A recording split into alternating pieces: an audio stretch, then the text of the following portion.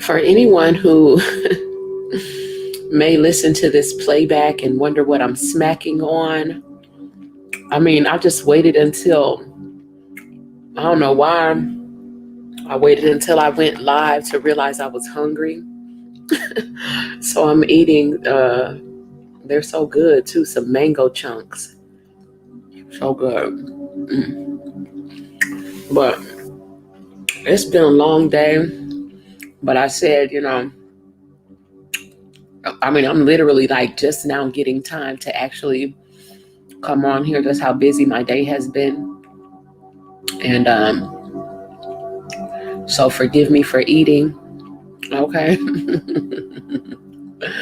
I mean, right now, I don't think anyone's in here right now anyway, but anyone who might hear this later. But I did want to be consistent and continue because I mean, we're in the height of, you know what I'm saying, the separating the wheat from the tares. We're in the height of spiritual warfare on, you know what I'm saying, depending upon your perspective. Okay.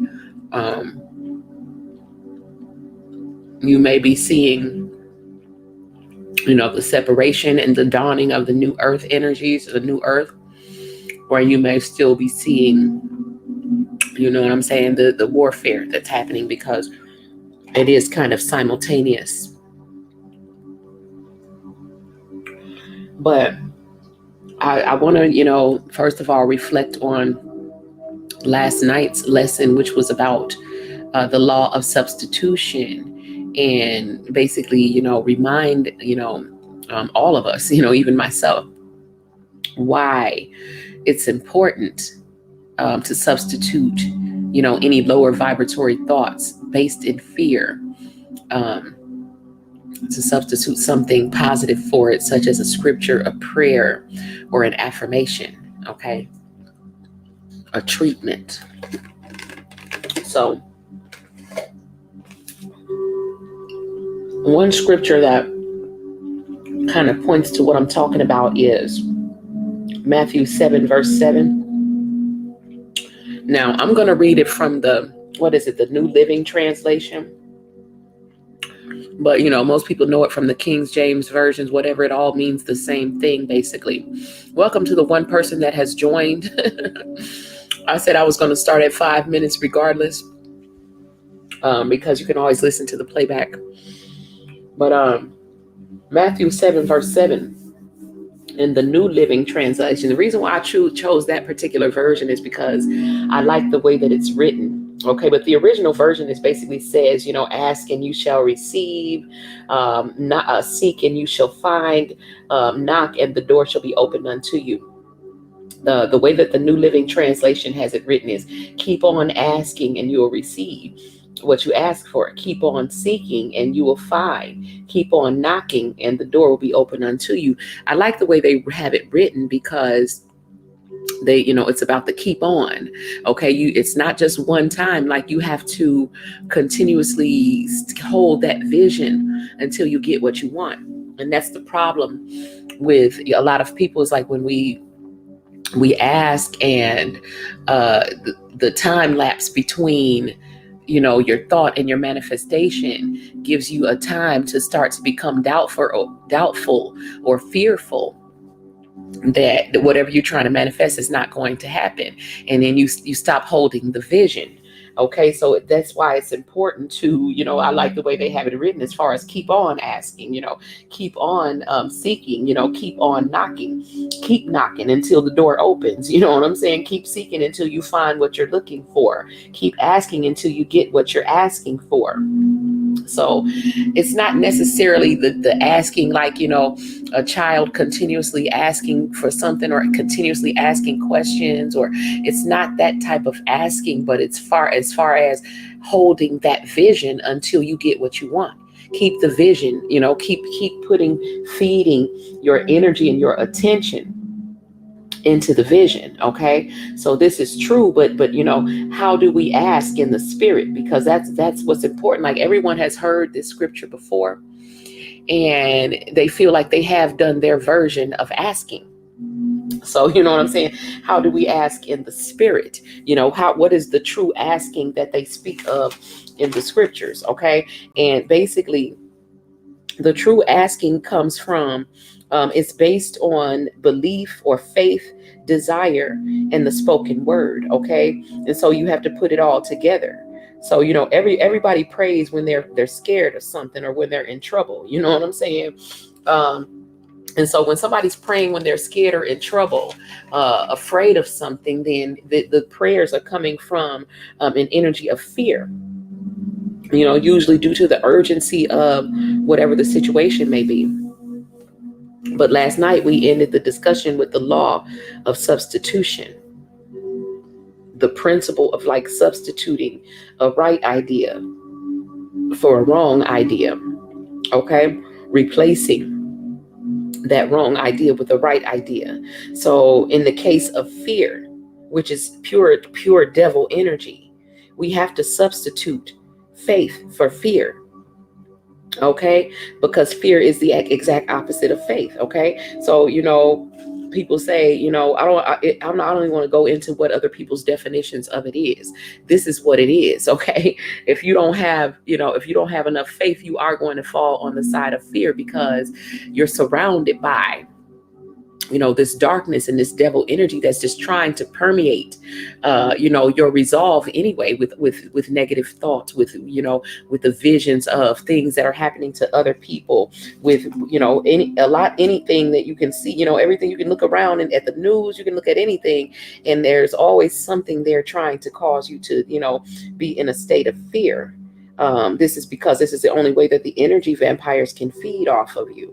Okay, this is why they say that there's nothing to fear but fear itself, because fear is literally the energy of the enemy. It is the enemy. Okay, so fearful thoughts that you have are literally the devil whispering in your ear. Okay, and so us understanding that fear is devil energy, we also have to understand that it has to be removed from our consciousness.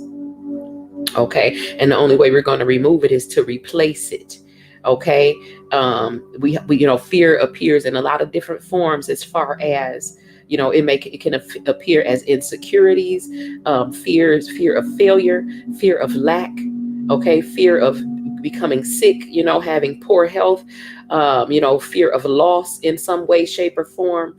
All of these fears permeate our reality, moment to moment. And so, it's very important that we find things to replace these fearful thoughts when they come up, so that they don't continue to go around in hypnotic rhythm and drive us mad. Okay, so fear has nothing to do with the Most High. This is why I restate the law as far as, the beginning of wisdom is fear of the law. Okay, because the law is what the Most High has already spoken into being. It's not like, It's not like the infinite spirit is watching your every, I mean, your every move is being watched through your own eyes, but it's not like you're being watched by a judge who is judging every little mistake that you make as either good or bad and, warranting punishment or not. The laws that you are working within have already been spoken into place. And so the Most High already knows that the human being is a self-correcting mechanism because of the laws that have already been that have already been in place. So, whether you are conscious of working within those laws or not, you know what I'm saying? The Most High God already knows that at some point, at some place in time, you will begin to be aware of the laws that you're working within because they make themselves very apparent. You know what I'm saying? The further that you come down this path. But again, understanding that those fearful thoughts are literally the enemy whispering in your ear, you have to banish those thoughts from your consciousness completely. Okay, again, fear of lack, of failure, of insecurities, of loss, of sickness. You know what I'm saying? All of these things appear in our reality. And so understanding the law of substitution, we have to substitute faith in the place of whatever fears that we have. If we are to progress forward on this path, we have to move beyond the fear. Okay. And if you can say, you're denying, that there's fear, but if there isn't fear, then go ahead and, take your place in the God puzzle. Share with us what it is that you have to add. But faith helps you to prepare for the things that you've asked for, even when you don't see the evidence of it. Okay, that's why they say faith is the evidence of things hoped for, or the substance of things hoped for, the evidence of things unseen. Because faith comprises the literal substance of the things that you desire. And thoughts of in any fear, any fearful thoughts you may have, or any doubtful thoughts that you might have, in any form. Okay, any thoughts that say you can't have the things that you desire, those thoughts are the very vices that the enemy is using to keep you from manifesting those things. Those thoughts come up from the subconscious mind. Okay, so don't be so quick to say, no, I don't have those thoughts, because they're subconscious thoughts. They're not thoughts that you're conscious of. So this is how they keep you stuck. If you were conscious of them, then you would be aware enough to banish them. Okay, they say the greatest trick that the devil ever pulled was to convince the world that he didn't exist, right? So let me hide in the limbic regions of the mind, the part of the mind that you're not even aware of.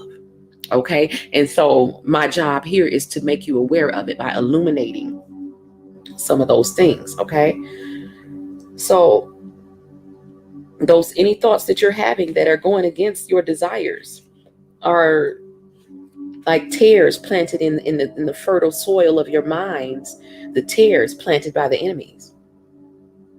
Okay. Because a lot of people, I like I said, last night I was kind of talking indirectly to one of my people, and I was also talking to whoever else is going through their dark nights of the soul and going through the valleys of the shadows and whatever, who may be confused about what's going on right now. Because I had to remind them, like, right before the universe yields to you your blessings or a miracle, your mind will be plagued with tormenting or fearful thoughts. Okay, that this is just a part of the path, like, because it's like, you're getting ready to go to the next level. Of course, the enemy is going to try to hold you down with whatever the enemy knows to be your fears. So those are going to be magnified right before the dawn. Okay, that's why they say it's darkest before the dawn. Okay, these things come up from the subconscious mind. This is where the devil hides at, in the places where you tuck your fears away, where you tuck away those things that you're unable to handle emotionally. And this is where the devil hides, and he magnifies those fears, and he creates this grand illusion for you that appears that you won't be able to get out of, but the devil is a lie. Okay, when those tormenting and fearful and doubtful thoughts come up from the subconscious mind, this is when you have to replace those thoughts with your positive affirmations, or your scriptures, or your, whatever it is, your prayers. Okay, Replace those thoughts as they come up. Okay, the negative and the bad thoughts, replace them as they come up. But you first have to be aware of them. Okay, because they come up when you're weakened, when you've been hurt. They come up sometimes when you haven't had enough rest, when you're tired. You become irritable. These are all of those thoughts that's been hiding in your subconscious that are coming to the surface and irritating you, causing you to feel that devil energy.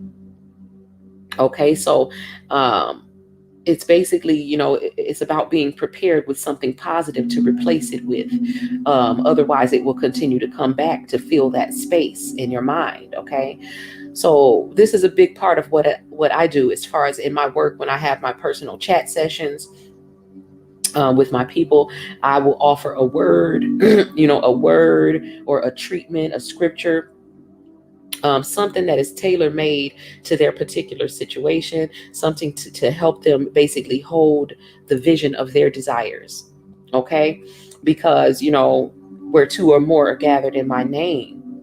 Okay, this is Matthew 8 verse 18. I'm sorry, for Matthew 18 verse 20, where two or more are gathered in my name, I am there among them. Okay, so my job is to stand in the gap to help the one become two or more. Okay, and you can also do this for one another. Okay, so that's the job of the healer. Okay, so if you were ever going to stand in the gap for another person, now would be the time to do it. Okay, so welcome to the other two people who have joined. So yeah, the job of the healer is to basically stand in the gap and help that one become two or more, so that the spirit will come and help them hold their vision. Okay, because when you are too emotionally connected to your own situation, too close to the situation, it's easy to become doubtful or fearful. Because of course, if someone you love that may be sick, or it's your situation that you're afraid you won't get something that you want or whatever, it's easy to become doubtful or fearful because you're too close to the situation. So this is where the healer comes in with a clear vision of your success, of your abundance, of your improved, or of your good health.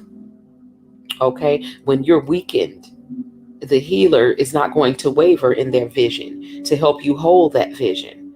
Okay, so the healer can hold the vision for you because of the compassion that the healer holds. Okay, so the healer is usually an empath. The healer is always an empath because it's the energy of compassion that heals. Okay, now there is all sorts of different types of healers. Okay, but the healer that I do, the sort of healing that I do on an energetic level is about helping the other to hold their vision. Okay, for you to hold an unwavering vision, even when the other person is weakened. So that again, that one can become two or more. Okay, so that the true healer is really present among us. Okay, so it's really just being a vessel standing in the gap. And the reason that the healer is able to do that is because they are connected emotionally, but not so personal about it. So it's an impersonal, compassion that the healer has for you. Your own, like I said, your own connection to the situation is, sometimes too close, and you're unable because you're weakened by the fear, by the doubt, by whatever it is that, it's absolutely human and understandable, which is why we come in to intercess for one another, to demonstrate for another person. You know what I'm saying? It's easier to do this for another person than it is for yourself because of that impersonal faculty. Okay, so even for ourselves, it doesn't matter how strong you are. There will come situations in your life that you will not be able to stand in the gap for yourself, that you're going to need someone to hold an unwavering vision for you of, the vision that you held when you were, in good spirits. But when you're weakened, you need that other person. Okay, so it is easier when it's impersonal. So I just wanted to stop by to remind you guys of that. We are going to move forward with the other laws, but I needed to get a few things out of the way before we move forward with it, as far as understanding what our jobs are in another person's life, being able to stand in the gap, being able to intercess for another person, because it is easier being impersonal and not being the one in the situation. So, if you do find yourself in a situation where you feel yourself wavering, don't ever be afraid to ask for help in holding your vision, okay? Because it is absolutely human that when you are the one in the situation, that sometimes you're not able to do that for yourself. Okay, so I'm not going to keep you guys too long tonight, because I did start a little bit late, and I just wanted to share that, that little bit, so that we can get certain things out of the way, so that we can move forward, with these other esoteric laws that we're going to be sharing. So I do thank the 4 people who did stop by, and everyone who is going to hear the playback. I do hope that you apply the knowledge, okay, and don't just listen, but actually apply the knowledge, okay, and actually be willing to be the one. If again, if you need the help, ask for the help, and if you are in a position where you are able to be of help, please do so, okay? Because again, if you were ever going to do it, now is the time, okay? So again, for everyone that stopped by, I do appreciate your presence, okay? I will be back tomorrow with another lesson going forward, okay? And until we meet again, peace, love, and abundant blessings.